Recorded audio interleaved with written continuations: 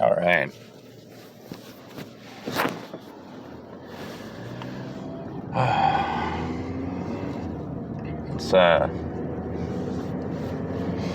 Let's talk to let's talk to anybody. Older skaters, young skaters, all the skaters. Let's talk to the skaters. Yes, the skaters that skate.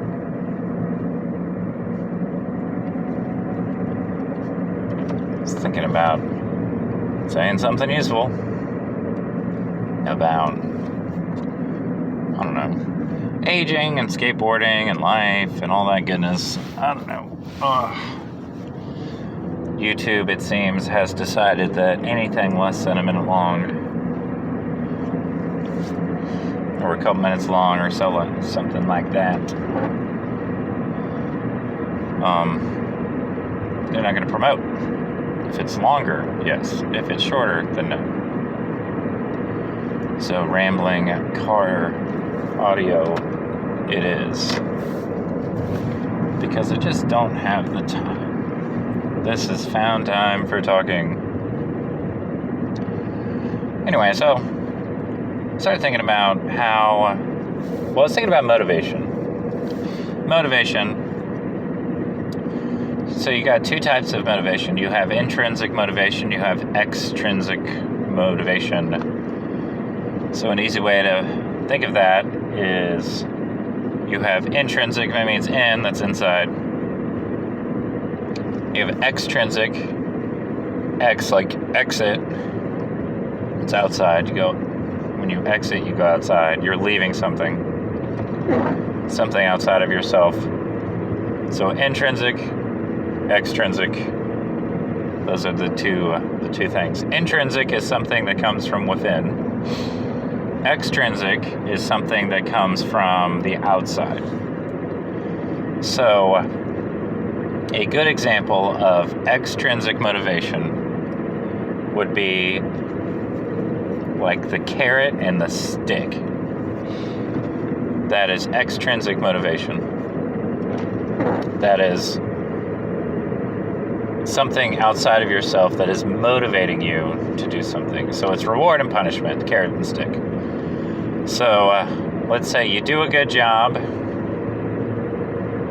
and you get a reward from it. That's extrinsic motivation.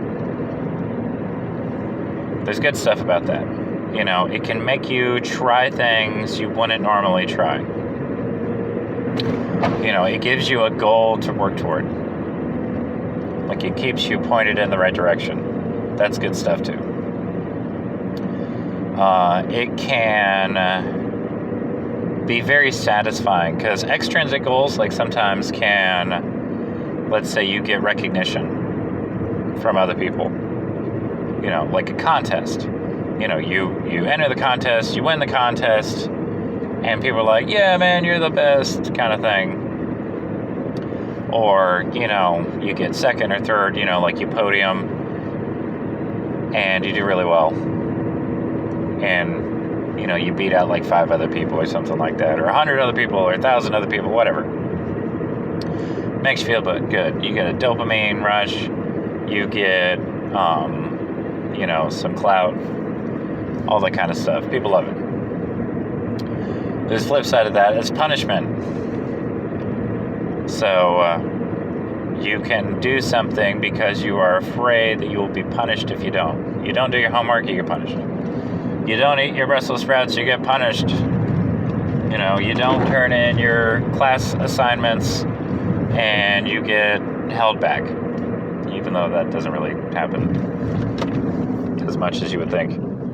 But, you know, you don't turn in your assignments, you get held back. You get a bad grade, you fail. You know, your parents get mad at you, whatever. That is extrinsic motivation. It comes from the outside. It does not come from within. There's some bad things about that. Is that, one, a lot of times you need more and more reward to do the same thing. So, because you don't really want to do it. Extrinsic motivation is kind of for things that you don't really want to do. You don't really want to do homework. you don't really want to,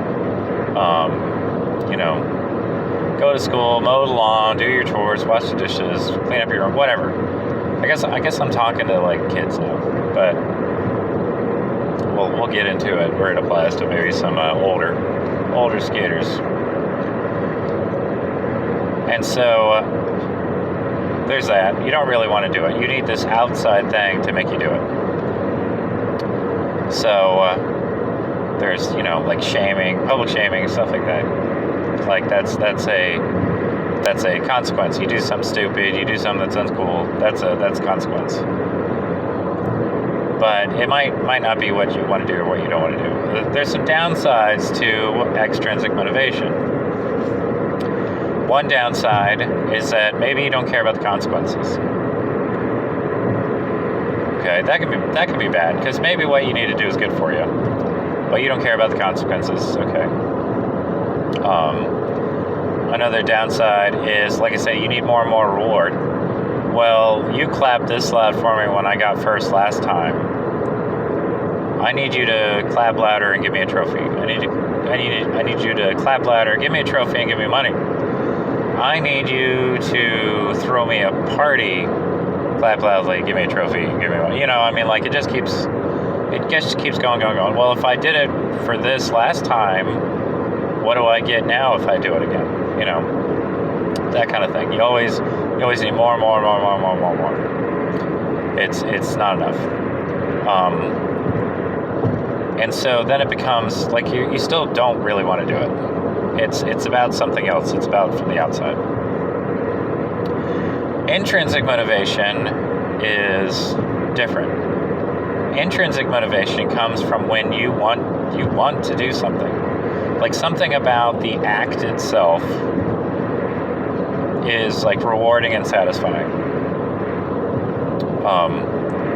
Skateboarding is like that for me for the most part. It's rewarding and it's satisfying. Like I just want to do it. That's the intrinsic motivation. Like that's a weird thing, like to do. It's just because it's good for you, Like, why do you work out? Oh, it's good for me. I just, like working up a sweat. I just like doing it. I like pushing myself. It's fun. I'm challenging myself every day. And, failure's not failure. It's a learning opportunity kind of thing. Like that kind of mindset. And so, that's something that comes from within yourself. Like nobody's going to give you any benefit, any consequence, any of that. They are just going to, you're just going to do it because it's you. You don't care about the trophies. You don't care about the consequences. You don't care about the other stuff. The minus to intrinsic motivation is that you can't give intrinsic motivation to anybody. Nobody can give you intrinsic motivation. You can't give it to somebody else. You can't be like, be motivated, And so the intrinsic motivation, it really separates the people that really want to do what they're doing and the people that just kind of want to do what they're doing. So that's extrinsic, intrinsic motivation. And so those are two different things. And you see that a lot in skateboarding. And like how people treat skateboarding. So I'm going to give myself as an example. Like growing up in the 90s, skateboarding in the early 2000s, things like that. I was a part of a couple different skate crews. A couple different, groups of people. We all skated together. We're all friends, things like that. Last time this happened, it was part of the team I rode for, the skate shop I rode for. We were really close-knit group of guys. And skateboarding at the time for me was all about extrinsic rewards. It was all about outside rewards. Like, I liked to do it. Like, that's how it started out. Is that I love skateboarding. I just loved the feeling of being on the board. It felt like, it felt like flying almost. I love being able, to to turn fast and carve and go fast, feel the wind in my hair, to spin, I just love that motion. I still do. Like I do so many carves and so many kind of like pivots and different stuff on my ramp because I know that like one day when I'm really old, that might be like the only thing I can do, and it might even be like, oh, I'm gonna go carve the ramp one time, kind of thing, and just be done, that kind of thing. Like I know that it's temporary. But anyway, that's how it started out. But then, like, you skate with people, that's part of the fun. Skating with friends, you push each other, you got each other's backs. You kind of have a group with you in case you run into trouble, because you find trouble when you skateboard sometimes. And it was always about like performing. Like I needed somebody to see me skateboarding. And my wife has pointed out, she's like, you kind of do that the same thing with YouTube. You film yourself, you put it out there or whatnot. And I would say that's true, but I don't have the same mentality behind it. Like before, it was like if nobody saw it, it didn't count, which is kind of true. Anyway, but I always needed an audience. I always needed people there. Like I was always skating. Like I did not stop skating. If we went to a spot and we're skating, we're there for like 3 hours, I skated that entire 3 hours. I hardly ever just sat down and was like, oh, I'm going to take a rest, I'm going to watch other people skate. Like at some point during a session, I feel like everybody would be sitting down. Like especially like if I lived in Ohio, you go to a spot, sometimes there's like 15, 20 people there. They're all sitting, they're all taking a break, they're all watching you skate, kind of thing. That's a pretty big audience sometimes if at a spot. I'm sure there's some place in LA that's like there's hundreds and hundreds of people there or something like that. And it's not the same thing as like a skate park. Like a busy skate park's not the same thing. Like that's you kind of get lost in everything. So that's not exactly the same thing there. But yeah, so people watch you, and so that became part of the motivation. I needed people to skate with. I needed people to watch me. I needed to have somebody around me in order to skate. It was very external. I needed this external thing in order to skate, because when I skateboarded by myself, it didn't feel fun. And that's part of the reason why I stopped skating a couple times. You move to a new city, your parents move, you move to a new city, you don't know anybody, you don't have any friends. Oh, everybody skated at this town, but nobody skates in this town, kind of thing. Where there's like, 3 skaters in the entire school. Or like, you move to a different school and let's say there's 10 skaters there, but only 5 of the skaters will talk to you. The other 5 skaters are like, man, you're not cool, man. Wearing the right pants. My parents bought me this board. Why didn't your parents buy you that board? I don't know. Whatever goes through their head.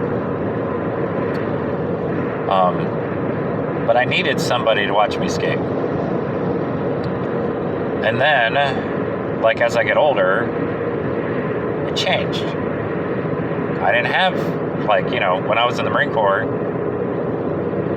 I'd go to a park and I'd be the only one there.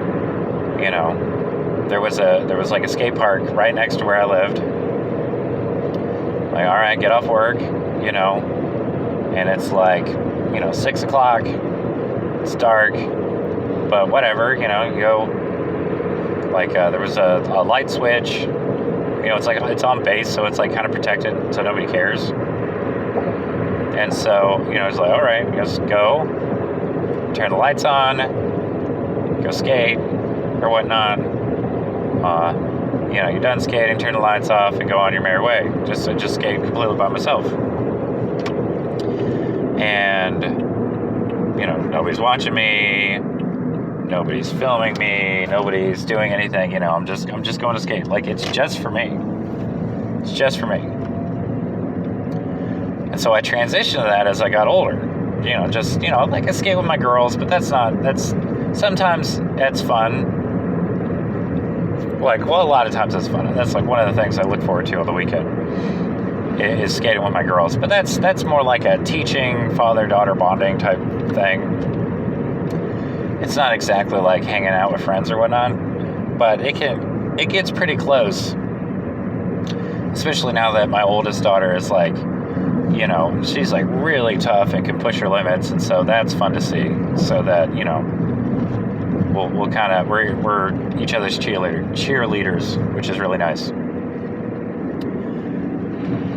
But anyway, as I got older and skating now, like, I'm totally fine skating by myself. Go to skate parks early in the morning. Like in the summer, I'm going to be getting up at like 6 o'clock in the morning. I'm going to be at the park at like 6:30, 7 o'clock at the latest. Nobody's going to be there in the middle of the week, skating by myself and just having a blast. Like it's a different type of skating. But that's because, like, my focus, it's gone, my motivation, it went from intrinsic to extrinsic and then back to intrinsic. And I think the argument is, and I think I've experienced this, is that intrinsic motivation is far better. It's so much harder to cultivate. I think you can cultivate it yourself. Nobody can give it to you. You can't give it to somebody else, but you can make it for yourself. And that's one of those things where that's kind of how you get better at skateboarding. Like, you don't stop skateboarding. Like, you got to keep skateboarding. Like, and that's kind of the thing, the entire process of skateboarding has to be fun.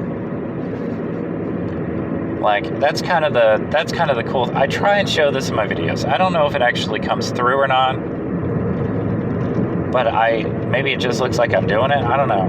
It's really hard to tell as like an outside observer. But I enjoy the entire process. I like to show the entire process. It's like, okay, you have a trick in mind. I want to rail skate.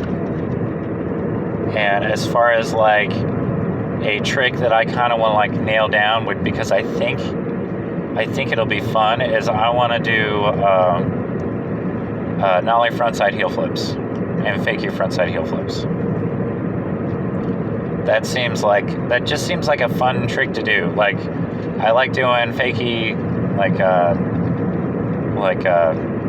like doing frontside half cabs on the bank, and nollie, is it a nollie half cab? I don't know. But I just like that movement. I just like that feeling on the ramp. Like, I don't know about why it's like turning in and out. I don't know. I really like that. But those are a couple things that I'm trying now. And it's one of these things where it's like, there's tricks. So this is a perfect example. There are tricks that I want to do because they're like a cool trick. And then there are tricks, but it's like, it's mostly like because everybody else does them. Like 360 flips are like that. Because people always ask you. They're like, I have kids ask me, or people, hey, can you tray flip? And I'm like, kinda. Like, I can do it fakie. I can do a fakie tray flip. I can do a tray flip on a bank. I can do a, fakie big flip. I can do a big flip on a bank. Stuff like that, where it's like, okay, like, I can kind of do it. I just can't do it regular stance for whatever reason. It's something I've worked on for a really long time. And I'm hoping eventually that I'll get it, but I don't practice it that much because I don't really want to do it that much. It's just that when somebody says, hey, can you tray flip? like one of my students, if they go, hey, can you tray flip? I just want to be able to say, yeah, I can tray flip.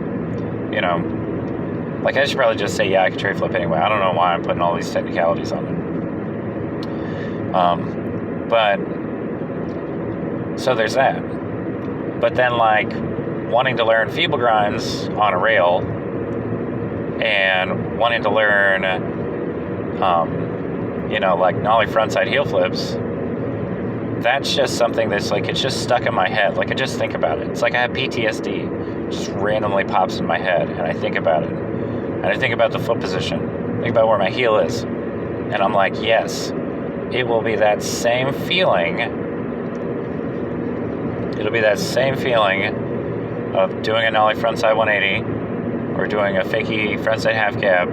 It'll be that same feeling on the bank ramp, except the board will be flipping under me or whatnot, and then I'll land. I don't know why. Like it's just in my head. It's just something where I'm like, well, I just have to do this. That's the intrinsic motivation. I'm like, okay, this will be fun, and the entire process of it is going to be fun. Like you're seeing this with the rail skating. I'm terrified of rails. I have no idea why. When I was 12, 13 years old, I would just jump on a rail. I did not care. I did not care about like kind of looping out and slipping off the rail and all this kind of stuff or whatever. I did not care. I was like, it's like a ledge, except you're on top. And I would just go. And so doing like the 50s, doing like a 50-50 on a rail just scares the ever-living crap out of me. I don't know why. It just scares me now more than it did before. And so I like that process, the process of getting over your fear, the process of just going for it and then landing it. That's a great feeling. The process of, let's say you have that initial fear, getting over the fear, you have that initial thing. But then like familiarity breeds contempt, which is good in skateboarding. Because then, okay, I did that one time, wasn't that scary? I landed it. Let's do it again. Or even not landing it. Okay, I tried it and I didn't break my face open. I did it and I didn't break my elbow. I did it and I didn't break my knee. Kind of thing. Okay, I did it and the worst possible thing that could happen didn't happen. And then you do it again. And even if you don't get the trick, oh, it didn't happen again. Do it again. Oh, it didn't happen again. You do that, you get familiar, and then you're like, oh, you kind of figure out how you're going to bail and how you're going to fall. And if you do, it's not that big a deal. And I'm talking about a low rail, too. This is a low rail for me. And then it's like, okay, and then you get it that one time, and that feels great. And then you keep trying. Maybe you get it every 10th time, but then you get it every 3rd time, and then every 2nd time. And then it turns over into, okay, now I get it every time, but it looks bad. And then it turns into, I can do it every time, and it looks better, but only at this speed. And then it turns into, I can do this blindfolded with my eyes closed backwards, and I just know I'm going to land. Kind of thing. Like that whole process, like enjoying that whole process is what makes you a better skater. Because especially from like editing tricks, and I don't know, like sometimes I can edit, like it can be an hour-long session, which I guess is not that long. Sometimes an hour turns into a minute and 48 seconds of like clean landed tricks. Sometimes there's like, the ugly tricks and the ugly attempts, and okay, I technically landed it, but I toe touched. I technically landed it, but I pivoted. I technically landed it, but this, that, and the other stuff that just makes it not look so pretty. That kind of stuff. Like sometimes I don't land stuff as much as I do land stuff. Sometimes I land everything. But the problem with landing everything is that you kind of know you're not trying. You kind of know at that point that if you're landing everything, you're just landing all the tricks you have unlocked. the point is that that's intrinsic motivation. Liking every single part of learning a new trick. From the, man, this is awkward, I'm going to look like I've never skated before in my life, to this is scary, to this is bad, to this is okay, to this is pretty good, to this is good, to this is awesome, and falling and getting hurt and slamming along the way. You just have to take that in stride. And so that's really like, I mean, I always kind of had that intrinsic motivation anyway, even when I needed an audience. Because otherwise, I don't think I had been skating this long. But that's the difference. The external motivation, it only takes you so far and then it stops. It only takes you so far and then it stops. And then the doing becomes unsatisfying because you're not getting that reward. The intrinsic motivation, on the other hand, that is what keeps things satisfying. Because it's not the goal.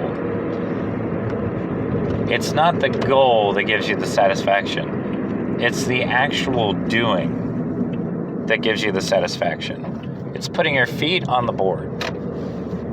It's getting a little air. It's trying a trick 1,000 times and getting it once. It's going after that trick over and over and over again. You know, if you can find satisfaction in that, if you can find the contentment in that, then skating is always fun. That's not true. It can be frustrating and terrible. You want to break your board or shoot it. I think the next time I get really angry at a board and I have an extra board, then I'm just gonna take it in my backyard and just obliterate it. But like that's what keeps things interesting. That's what keeps things interesting. That's what